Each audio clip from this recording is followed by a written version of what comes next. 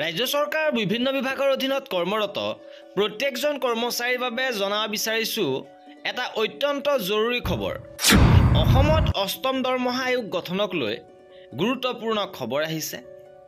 অসমত 8 pay terms of ৰেফাৰেন্সক লৈ এখন পত্ৰ প্ৰেৰণ কৰা হৈছে। বহুখিনি গুৰুত্বপূৰ্ণ বিষয় ইয়াত উত্থাপন হৈছে। সবিশেষ আপোনালোকক জনাব বিচাৰিছো, ভিডিঅ'টো প্ৰথমৰ পৰা শেষলৈকে চাই থাকিব। শেহতীয়াভাৱে অষ্টম দৰমহা আয়োগক লৈ যোৱা 20 নৱেম্বৰ তাৰিখে এই পত্ৰখন প্ৰেৰণ কৰিছে। অসম ৰাজ্যিক প্ৰাথমিক শিক্ষক সন্মিলনীয়ে মাননীয় মুখ্য সচিব মহোদয় অসম চৰকাৰলৈ এই পত্ৰখন প্ৰেৰণ কৰিছে। বিষয় অষ্টম দৰমহা আয়োগৰ চৰ্তাৱলীৰ প্ৰসংগ প্ৰস্তুতকৰণৰ সময়ত দৃষ্টি নিক্ষেপ কৰাৰ বাবে অসম ৰাজ্যিক প্ৰাথমিক শিক্ষক সন্মিলনীৰ পৰামৰ্শাৱলী। নমস্কাৰ গ্ৰহণ কৰিব 29 অক্টোবৰ 2025 তাৰিখে লোকসেৱা ভৱনত মুখ্যমন্ত্ৰীৰ লোকসেৱক আৰোগ্য যোজনাৰ নগদবিহীন সেৱাৰ পৰিচয় পত্ৰ বিতৰণ সভাত মাননীয় মুখ্যমন্ত্ৰী মহোদয়ে অষ্টম দৰমহা আয়োগ গঠনৰ বাবে ঘোষণা কৰি অষ্টম দৰমহা আয়োগৰ চৰ্তাৱলীৰ প্ৰসংগ প্ৰস্তুতকৰণৰ ক্ষেত্ৰত পৰামৰ্শ প্ৰদানৰ বাবে আহ্বান জনাইছিল। মুখ্যমন্ত্ৰী মহোদয়ৰ আহ্বানক সন্মান জনাই 1949 চনত গঠিত অসম ৰাজ্যিক প্ৰাথমিক শিক্ষক সন্মিলনীৰ তৰফৰ পৰা নিম্নোক্ত পৰামৰ্শাৱলী বিবেচনাৰ্থে প্ৰেৰণ কৰিলোঁ। প্ৰথমটো চৰ্ত উল্লেখ কৰিছে দৰমহা গাঁথনিৰ পুনৰীক্ষণ। এই ক্ষেত্ৰত ৰাষ্ট্ৰীয় দ্ৰব্যমূল্য আৰু ৰাজ্যিক দ্ৰব্যমূল্যৰ অসমানতাৰ প্ৰতি বিশেষ দৃষ্টি ৰখাৰ প্ৰয়োজন আছে। তথ্যমতে খাদ্য, বস্ত্ৰ, চিকিৎসা, গৃহ নিৰ্মাণৰ সামগ্ৰী সকলোতে ৰাষ্ট্ৰীয় হাৰতকৈ অসমৰ মূল্য হাৰ বেছি।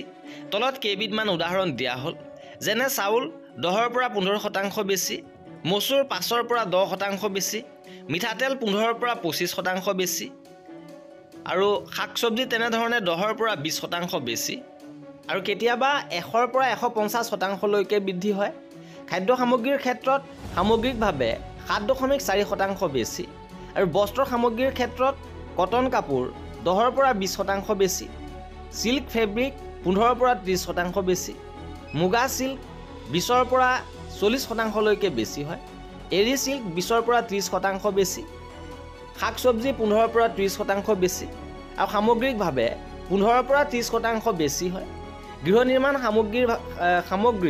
সামগ্ৰিকভাৱে 10ৰ পৰা 15% বেছি, আৰু চৰকাৰী খণ্ডৰ স্বাস্থ্য সেৱাৰ পৰীক্ষা নিৰীক্ষাত সামগ্ৰিকভাৱে 20ৰ পৰা 30% বেছি, ব্যক্তিগত খণ্ডৰ স্বাস্থ্য সেৱাত হস্পিটেল বহিৰ্ভাগ আৰু ভৰ্তি ব্যয় 20ৰ পৰা 30% বেছি, কৰ্কট ৰোগৰ চিকিৎসা ৰাষ্ট্ৰীয় ব্যয়তকৈ 4 গুণ বেছি, অপেন হাৰ্ট চাৰ্জাৰী ৰাষ্ট্ৰীয় পৰ্যায়তকৈ 3 গুণ বেছি।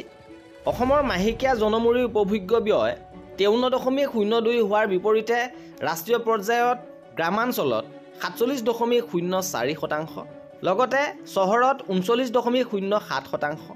সেয়েহে দৰমহা গাঁথনি পুনৰীক্ষণৰ ক্ষেত্ৰত ৰাষ্ট্ৰীয় বৃদ্ধিৰ হাৰতকৈ অসমৰ বৃদ্ধিৰ হাৰ কমেও 10% বেছি নিৰ্ধাৰণ কৰা হওক। পৰিয়ালৰ নিৰ্ভৰশীল সদস্য 6 গৰাকী নিৰ্ধাৰণৰ ব্যৱস্থা কৰা। কৰ্মক্ষেত্ৰৰ ভৌগোলিক অৱস্থান, প্ৰাকৃতিক প্ৰতিকূলতাৰ বিবেচনা কৰা। পেঞ্চন ব্যৱস্থাক পুনৰীক্ষণ কৰি অৱদানমূলক পেঞ্চনৰ অৱসান কৰা। শিক্ষক সমাজৰ বাবে চিকিৎসা, পিতৃ মাতৃৰ পৰলোক আৰু স্ব বিবাহৰ বাবে ছুটিৰ ব্যৱস্থা কৰা। ৰাজ্যৰ অৰ্থনৈতিক ক্ষমতা ৰক্ষা কৰা।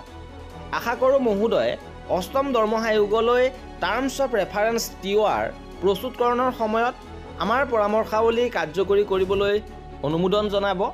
আৰু এয়া আছিলে অসম ৰাজ্যিক প্ৰাথমিক শিক্ষক সন্মিলনীৰ ফালৰ পৰা অষ্টম দৰমহা আয়োগৰ টাৰ্মছ অফ ৰেফাৰেন্স সন্দৰ্ভত দিয়া পৰামৰ্শাৱলী। আৰু এনেধৰণৰ প্ৰতিটো খবৰ পাই থাকিবৰ বাবে আমাৰ চেনেলটো ছাবস্ক্ৰাইব কৰি ৰাখিব। ভিডিঅ'টো শেষৰলৈকে চোৱাৰ বাবে বহুত ধন্যবাদ।